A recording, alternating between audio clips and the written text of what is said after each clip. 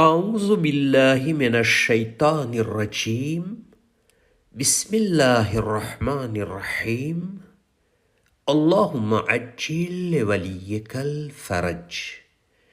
हज़रत अमीरुल मोमिनीन अली इब्न अबी तालिब अलैहिस्सलातु वस्सलाम नहजुल બલાગાની અંદર હિકમત નંબર 162માં ઇરશાદ ફરમાવે છે કે જે પોતાના રાજને છુપાવશે તે પોતાના ઇખ્તિયારમાં રહેશે. ઇમામ અલી અલૈહિસ્સલામ આ નુરાની કલામમાં ફરમાવે છે કે જો આપણા ભેદને બીજા જાણી લેશે તો બની શકે છે કે મોટી મુશ્કેલીઓ ઊભી થાય, ફિતના ફસાદ જાગે. જેથી જ્યાર સુધી મુમકિન હોય પોતાના ભેદને બીજાને બયાન ન કરો. હમણાં તમારો દોસ્ત છે અને જો કાલે તમારો દુશ્મન બની જશે તો તમારા ભેદથી તમારો દુરુપયોગ કરી શકશે. ઇમામ બયાન ફરમાવે છે કે કોઈ તમને પછી નુકસાન ન પહોંચાડે તો જે તમારા ભેદની વાતો હોય તેને ભેદ જ રહેવા દ્યો. જેમ કે મોહમીન એવી જગ્યાએ રહેતો હોય જ્યાં દુશ્મને અહલુલ બેત રહેતા હોય અને નુકસાન પહોંચાડવાનો ભય હોય તેવી જગ્યા ઉપર પોતાના અકીદાને દુશ્મનને અહલુલ બેતથી છુપાવવું જેથી તે કોઈ પણ પ્રકારનું નુકસાન ન પહોંચાડી શકે. ઇમામ અલી અલૈહિસ્સલામ બીજી એક જગ્યાએ પણ રાજને છુપાવવા વિશે નહજુલ બલાગામાં ઇરશાદ ફરમાવે છે. ઇમામ જાફર સાદિક અલૈહિસ્સલામ રાજની વાતને રગોમાં દોડતું ખૂન કહ્યું છે કે જે ફક્ત પોતાની રગોમાં જ દોડતું હોય છે, બીજાઓમાં એ નથી હોતું. ઘણી વખત રાજને એટલા માટે પણ છુપાવવું જરૂરી છે કે તેનાથી સમાજમાં ઇખ્તલાફ અને ખૂન ખરાબા ન થાય.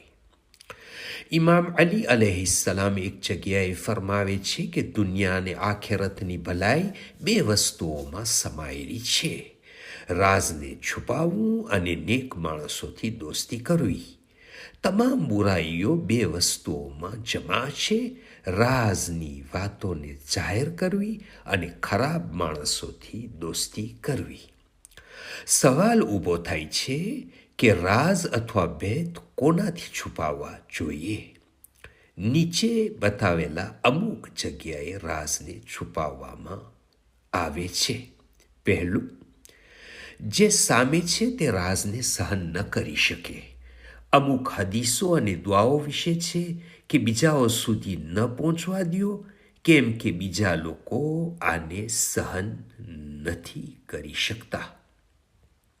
બીજું, ક્યારેક રાજને છુપાવવાથી લોકોને ફાયદો મળતો હોય, જેમ કે શબે કદરને છુપાવીને રાખી છે અને ઇમામના ઝહૂર અથવા કયામત સુધી છુપી રહેશે અને લોકો પોતાની 3 રાતના અલ્લાહની ઇબાદતમાં મશગુલ રહે છે.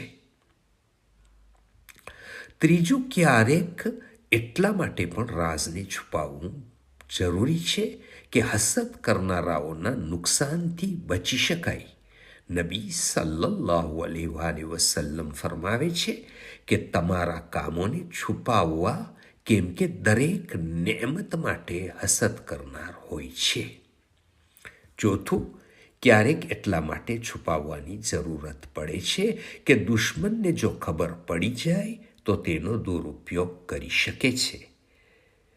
પાંચમું, લોકોને જો રાજ ખબર પડી જાય તો વધારે આશાઓ રાખવા લાગે છે.